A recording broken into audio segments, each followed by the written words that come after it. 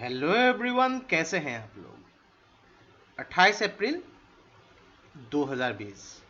तो यहाँ पे देखिए भारत की ओर से जो एनवायरमेंटल मिनिस्टर है प्रकाश जावड़ेकर, तो यहाँ पे देखिए 11वीं जो पीटर्सबर्ग क्लाइमेट डायलॉग है इसमें थ्रू वीडियो कॉन्फ्रेंसिंग के जरिए यहाँ पे भाग लिए। तो इसमें भारत के अलावा भी अलग अलग देशों के यहाँ पे 30 जो प्रतिनिधि है 30 देशों ने यहाँ पे भाग लिए थे। तो यहाँ पे यूनाइटेड नेशंस के जो सेक्रेटरी जनरल है यहाँ पे एंटोनियो गुटेरेस, तो यहाँ पे कुछ पॉइंट्स के बारे में मेंशन किए, 6 अलग अलग पॉइंट्स के बारे में। तो यहाँ पे भारत ने भी यहाँ पे कुछ कुछ जो है यहाँ पे सजेशन दिए, कुछ कुछ पॉइंट्स के बारे में मेंशन किए हैं। तो इसके साथ भी हम जो पेरिस क्लाइमेट एग्रीमेंट 2015 इसके बारे में डिस्कस करेंगे, और इसके साथ one of the very important जो है कोई क्योतो प्रोटोकॉल, तो इसके बारे में भी डिस्कस करेंगे। तो देखिए आपके from environmental science point of view के हिसाब से ये सुपर इंपॉर्टेंट वीडियो है। तो इस वीडियो को एंड तक बिल्कुल देखते रहिएगा, और इससे पहले अगर आप लोगों ने हमारे चैनल को अब तक सब्सक्राइब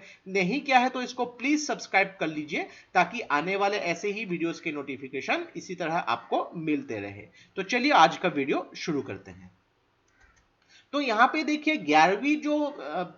पीटर्सबर्ग क्लाइमेट डायलॉग जो है इसमें भारत ने 30 अलग अलग देशों के साथ यहाँ पे थ्रू वीडियो कॉन्फ्रेंसिंग के जरिए यहाँ पे भाग लिए अप्रैल 28 को। तो यहाँ पे देखिए अलग अलग देशों में जो है यहाँ पे जो कोविड 19 के वजह से यहाँ पे जो सोसाइटीज है, इकोनॉमीज है, यहाँ पे जो भी प्रॉब्लम्स फेस हो रही, तो इसके ऊपर मेन फोकस किए गए हैं। जितने भी यहाँ पे समिट्स है, चाहे वो G20 समिट हो, इसके जो health minister summit, environmental minister summit, यहाँ पे एग्रीकल्चर मिनिस्टर समिट, यहाँ पे एनर्जी मिनिस्टर समिट, यहाँ पे एनवायरमेंटल मिनिस्टर समिट, सभी जो यहाँ पे थ्रू वीडियो कॉन्फ्रेंसिंग हुई है। तो यहाँ पे भारत की ओर से जो प्रकाश जावड़ेकर ने भारत को रिप्रेजेंट किया। तो यहाँ पे देखिए जो 11वीं सीजन है यहाँ पे इसको जो होस्ट किया था जर्मनी ने, और इसको जो को होस्ट किया था यूनाइटेड किंगडम ने। तो अगर हम लोग पीटर्सबर्ग को देखेंगे जर्मनी के कहां पे है, तो ये देखिए ये जर्मनी का मैप है। तो यहाँ पे देखिए ये नेदरलैंड है, यहाँ पे बेल्जियम, फ्रांस, स्विट्जरलैंड, यहाँ पे ऑस्ट्रिया, चेक रिपब्लिक, कैपिटल याद रखिएगा प्राग है, यहाँ पे अलग अलग देश है। तो यहाँ पे जर्मनी के अंदर अगर देखेंगे हम, यहाँ पे बर्लिन है, यहाँ देन म्यूनिक,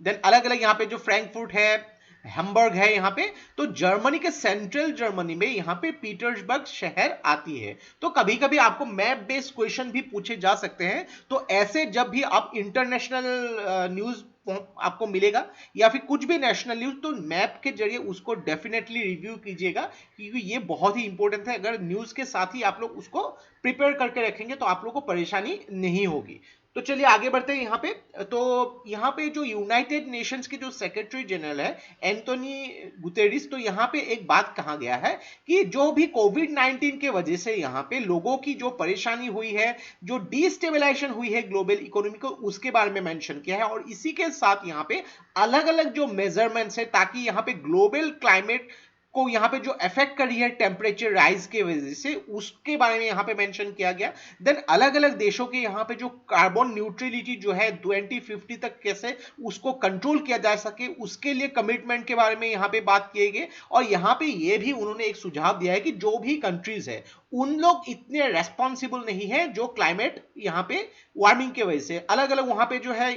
उन देशों ने कुछ भी यहाँ पे कार्बन एमिशन बहुत ज्यादा नहीं किए, लेकिन उन लोग को प्रॉब्लम्स फेस करने पड़ रहे, तो ऐसे कंट्रीज को यहाँ पे सपोर्ट देनी चाहिए। तो इसके अलावा भी उन्होंने यहाँ पे 6 अलग अलग जो क्लाइमेट रिलेटेड एक्शंस के बारे में बात किया, जो क्लाइमेट रिजिलियंट हो यहाँ पे, इसके बारे में भी हम डिस्कस करेंगे। और इसके साथ जो यहाँ पे 2050 तक ये बोला गया है कि 0 कार्बन एमिशन तक यहाँ पे हर देश को यहाँ पे पहुंचनी चाहिए, तो इसके बारे में मेंशन किया गया। तो 6 अलग अलग जो पॉइंट्स मेंशन किए गए हैं उसको डिस्कस करते हैं। तो यहाँ पे बोला गया है कि कोविड 19 के वजह से यहाँ पे ट्रिलियंस जो है यहाँ पे इन्वेस्ट करनी पड़ेगी, अलग अलग यहाँ पे जो है ग्रीन हो, क्लीन हो, या अलग अलग जॉब्स के रिलेटेड, ताकि यहाँ पे जो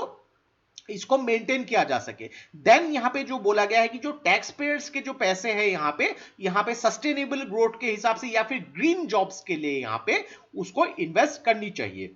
यहाँ पे थर्ड पॉइंट जो बोला गया है, shifting of economies from grey to green, यानी कि कंट्रीज जो है यहाँ पे पॉल्यूशन कर रही है, धुआं जो है उसका कलर जो है ग्रे होता है, तो ग्रे से यहाँ पे ग्रीन, यानी कि जो पर्यावरण के लिए यहाँ पे शिफ्ट होनी पड़ेगा, उसको यहाँ पे जो है कंट्रीज की गवर्नमेंट ही नहीं, यहाँ पे लोगों को भी, यहाँ पे जो सोसाइटीज को भी यहाँ पे अवेयरनेस होनी चाहिए कि उन लोग भी उसके लिए पर्यावरण की यहाँ पे जो है उसको कंजर्वेशन के लिए यहाँ पे काम करें। देन नेक्स्ट यहाँ पे बोला गया है कि जो पब्लिक फंड है, ये जो सस्टेनेबल सेक्टर्स जो है यहाँ पे जो है उसको इन्वेस्ट होनी चाहिए, ताकि यहाँ पे देखिए एनवायरमेंटल यहाँ पे जो डेवलपमेंट है, सॉरी इकोनॉमिक डेवलपमेंट है, इसको तो यहाँ पे बढ़ाना होगा ही, लेकिन इसके वजह से एनवायरमेंट पे यहाँ पे कुछ भी प्रॉब्लम ना हो, तो यही सस्टेनेबल डेवलपमेंट का मेन मोटो है, तो इसको फोकस करके आगे बढ़ाने की यहाँ पे बात की गई है। तो ग्लोबल फाइनेंशियल सिस्टम के हिसाब से ये देखा जाए तो यहाँ पे कुछ भी अगर रिस्क हो यहाँ पे, उसके हिसाब से क्लाइमेट को मेन अकाउंट के तरीके से यहाँ पे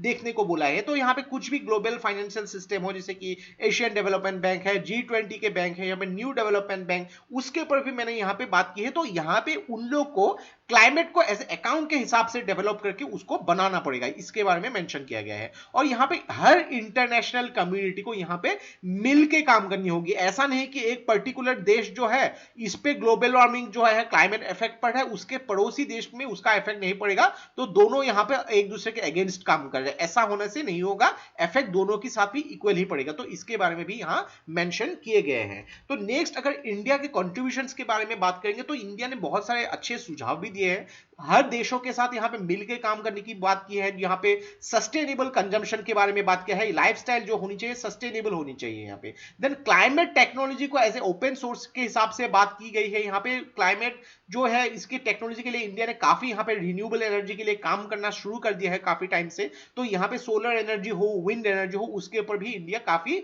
फोकस कर रही है। देन यहाँ पे जो बोला गया है कि क्लाइमेट फाइनेंस, एक यहाँ पे सुझाव भी दिया गया है, जो भी यहाँ पे डेवलपिंग कंट्रीज है उनके लिए यहाँ पे $1 ट्रिलियन US का यहाँ पे ग्रांट होनी चाहिए। तो यहाँ पे देखिए कि अलग अलग जो देश है उन लोगों ने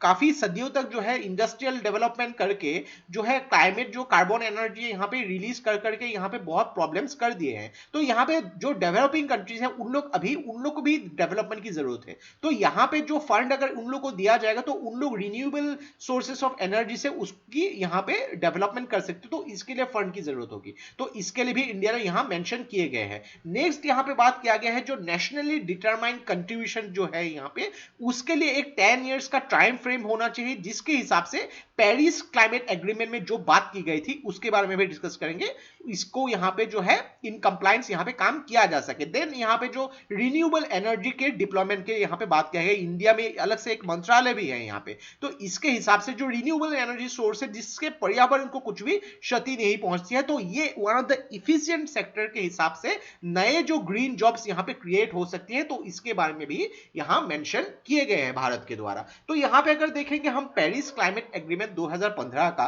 तो यहाँ पे देखिए कि यहाँ पे बोला गया है United nation framework of convention of climate change में यहाँ पे बात किया गया था कि 2000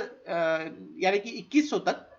जो भी यहाँ पे प्री इंडस्ट्रियल लेवल है, यहाँ पे 2 डिग्री सेंटीग्रेड से कम जो है टेम्परेचर राइज को यहाँ पे कंट्रोल करना होगा। अगर उतना तक भी पहुंचा तो जो आर्कटिक है यहाँ पे बर्फ बहुत ज्यादा पिघलने लगेगी और बहुत ज्यादा प्रॉब्लम होने वाली है। लेकिन यहाँ पे ये भी बोला गया है कि इसको कंट्रोल में रखना पड़ेगा और यहाँ पे अलग अलग डोमेस्टिक मिटिगेशन मेजर्स को हेल्प में लेना होगा। तो पेरिस क्लाइमेट एग्रीमेंट ये जो है इसने क्योटो प्रोटोकॉल को एक्चुअली रिप्लेस किया था, तो इसके बारे में भी हम डिस्कस करेंगे। तो देखिए यहाँ पे क्योटो प्रोटोकॉल जो है यहाँ पे ये भी एक एग्रीमेंट है according to the United Nations framework on convention of climate change. तो इसके हिसाब से जो अलग अलग पार्टीज है यहाँ पे भी एमिशन रिलेटेड जो टारगेट है उसको यहाँ पे बाइंड करके रखने की बात हुई थी। तो क्योटो में ये 1997 जो जापान में है ये एडॉप्ट किया गया था और ये काम में लगाया गया था 2005 में। तो यहाँ पे ये बोला गया था कि जो भी डेवलप्ड कंट्रीज है उन्होंने काफी टाइम तक जो है लगभग 150 सालों की जो इंडस्ट्रियल एक्टिविटीज की वजह से इतना ज्यादा कार्बन एमिशन कर दिया,